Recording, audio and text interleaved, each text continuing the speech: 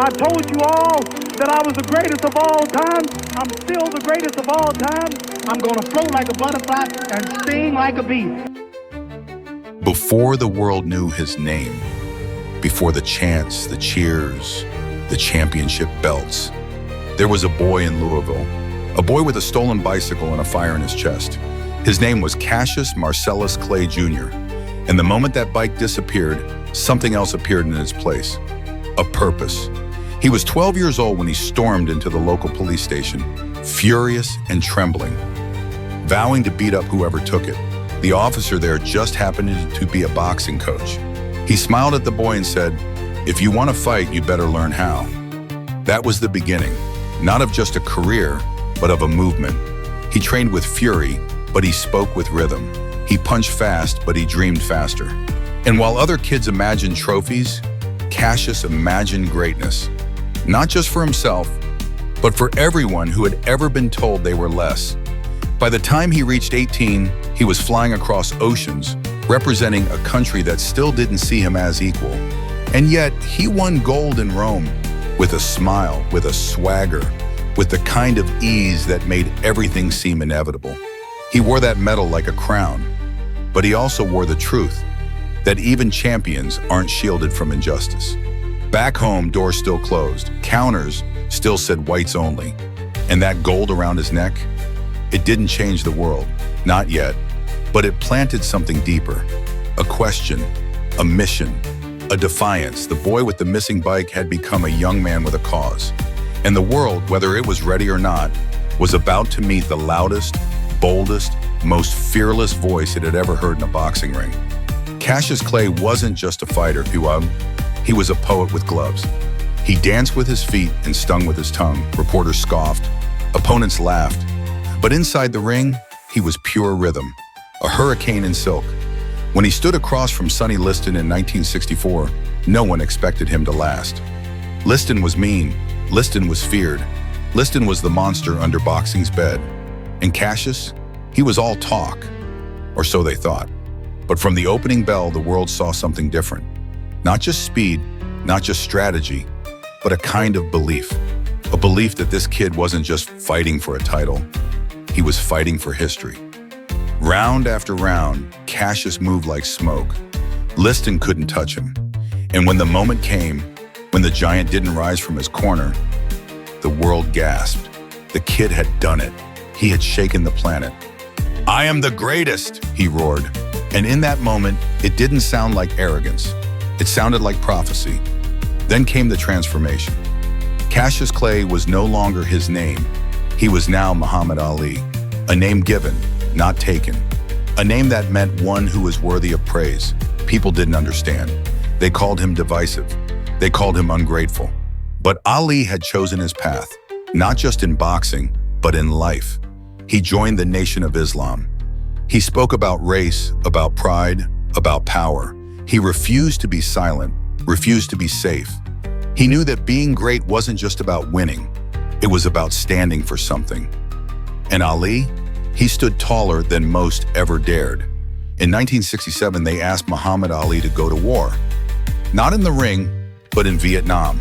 And he said no. Not because he was afraid, not because he couldn't fight, but because he wouldn't fight a war he didn't believe in. "My conscience won't let me kill my brother," he said. "Shoot them for what? They never called me Nokahos." And with that, the US government declared war on him. He was stripped of his title. His boxing license was revoked. He faced prison. He lost millions. He lost the prime of his career. But he didn't lose his dignity.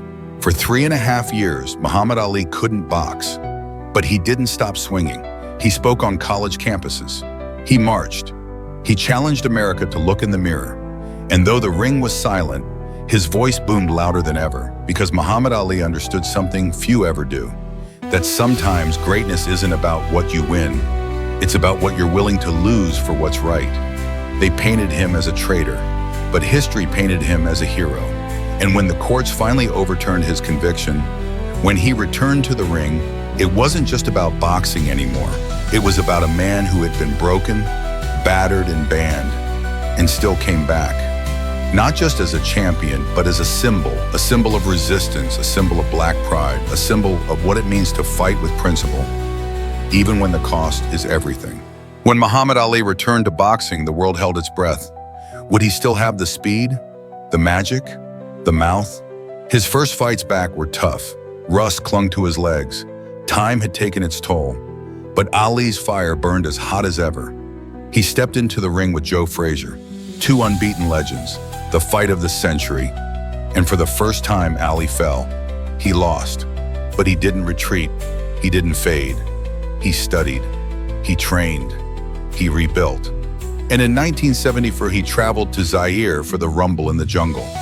The world watched as he stood across from George Foreman, a younger, stronger, undefeated beast. But Ali wasn't just a boxer. He was a strategist. He was a chess master playing a brutal game. He leaned on the ropes. He let Foreman swing. He absorbed the pain, the power, the punishment.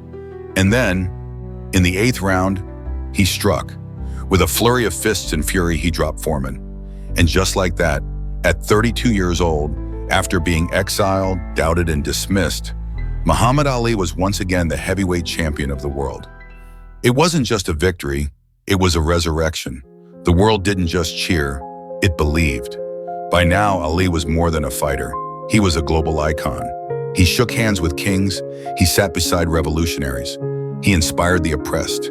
He comforted the voiceless. He didn't just fight opponents. He fought racism, religious intolerance, and the weight of expectation. And yet, he never lost the spark. That mischievous grin, that poetic rhythm, that childlike joy in saying, "I told you so." In Manila, he fought Joe Frazier one final time. The Thriller in Manila. It was brutal. It was beautiful. It was boxing poetry, dipped in blood and sweat. By the 14th round, both men were nearly blind from the beating. Ali called it the closest thing to dying. But when Frazier's corner ended it, Ali stood victorious. Barely. That fight wasn't about belts. It was about soul. And it took a piece of him. Over the years, the hits accumulated, and so did the symptoms. His hands began to tremble. His speech began to slow. His body betrayed him. Parkinson's disease came quietly, but it never won. Because Ali Yamalo, the man, could not be defeated by illness. He kept showing up. Lighting the Olympic flame in 1996, his arms shaking, his face resolute, he kept traveling the world, spreading peace, raising funds, hugging children, meeting enemies with forgiveness. He became a new kind of champion. Not for what he could do, but for who he was. Muhammad Ali died on June 3rd, 2016, but he didn't leave. Not really. He lives in every young fighter who dares to be bold, in every protester who stands for truth, in every poet who turns pain into power. He lives in the ring, yes, but also in the silence after the fight, in the breath between the blows, in the choice to rise again. He taught us that being a champion isn't about invincibility, it's about vulnerability, met with courage, that your worth isn't in how many titles you win, but in how many people you inspire. He was a boxer, a Muslim, a black man, a loud man, a brave man, a flawed man, but above all, he was free. Free to speak, free to choose, free to fail and rise again. And in that freedom, he gave us strength.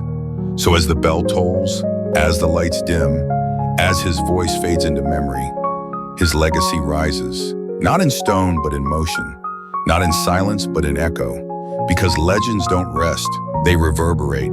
And Muhammad Ali, he still floats, he still stings, he still dances in the heart of every fighter who refuses to stay down. And now, as the final image fades, as the gloves lower, and the world returns to stillness, we remember that Muhammad Ali was never just a man of fists. He was a man of faith, of fire, of freedom.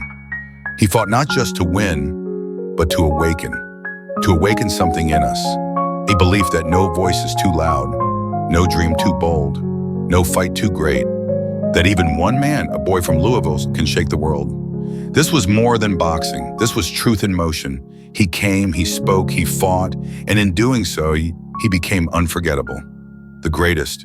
Then, now, forever. The past is not forgotten. It lives again through these stories, these images, and these voices. Thank you for joining us in History Gets Alive. Until next time, keep remembering, keep reflecting, and don't forget to subscribe our channel.